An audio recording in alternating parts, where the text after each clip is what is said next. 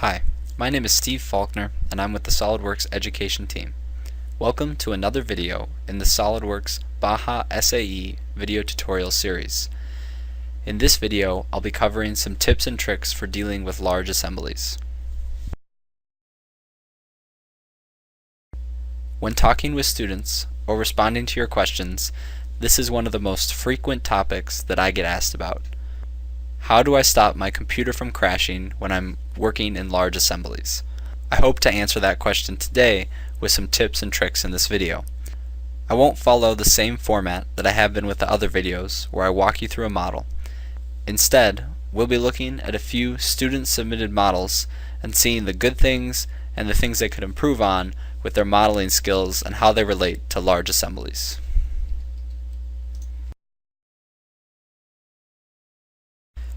The best way to immediately impact large assembly performance is to set up the software correctly. Many of you might already realize this, but under the Tools command, scrolling down to Options, we'll bring up a display of all the things we can configure in SolidWorks. Under the Performance menu, there are several options to improve performance for less powerful hardware, such as turning off high-quality transparency or changing the level of detail on curvature. You'll have to play around a little bit to find the optimal settings for your system. Under the Assemblies tab, you'll find the area where we can configure large assemblies. The most important part here is selecting how many components are required before SolidWorks goes into large assembly mode. By default, this is 500. If your full car model doesn't have this many parts, or you're on older hardware, you might want to bring this down to a lower number.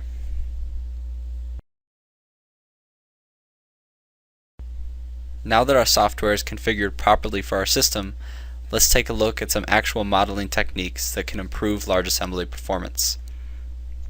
Now this may seem strange, but the best piece of advice I can give is to avoid large assemblies. And what I mean by that is to avoid putting a lot of parts and assemblies into one single assembly. Make sure you take advantage of sub-assemblies and sub-sub-sub-assemblies. In this partial full car model that was sent to us, you'll see that many of the engine and transmission components have just been dropped into the full model assembly. For best performance, you should assemble an entire system at once and then insert systems separately.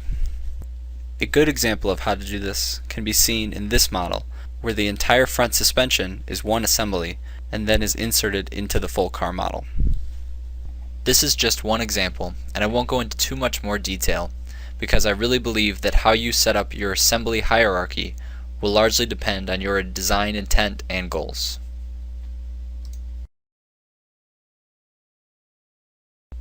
The third tip is to take maximum advantage of configurations. When working with models that can be complex or represented as simple parts, remember you could just make a configuration for each. For a good example of this, let's take a look at the wheel. In this model of the wheel, there are two different components, and each is fairly complicated with many complex surfaces.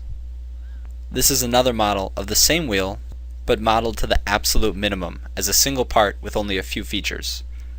If you have the time, my best advice is to try to do both, and have a configuration for each, so that if you're working with the full car model, you can use a simple model that is less taxing on your computer and the SolidWorks software. But if you're taking screenshots or doing renderings, you can always change the configuration to a model like this that will give you the level of detail you need.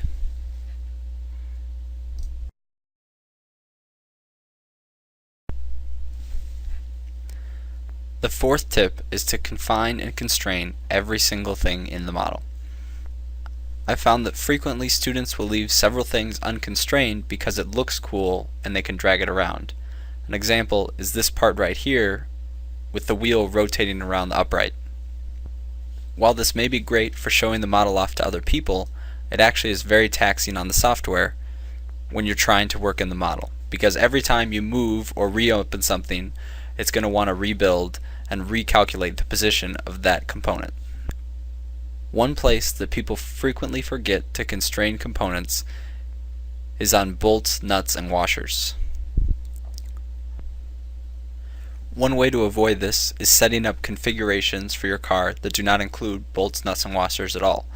If this is important to your design process, you may or may not want to do this, it's up to you.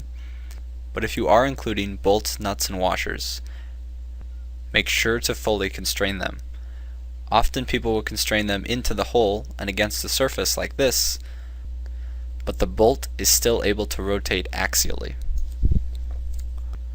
This is just another unknown variable every time SolidWorks has to rebuild or reopen the assembly.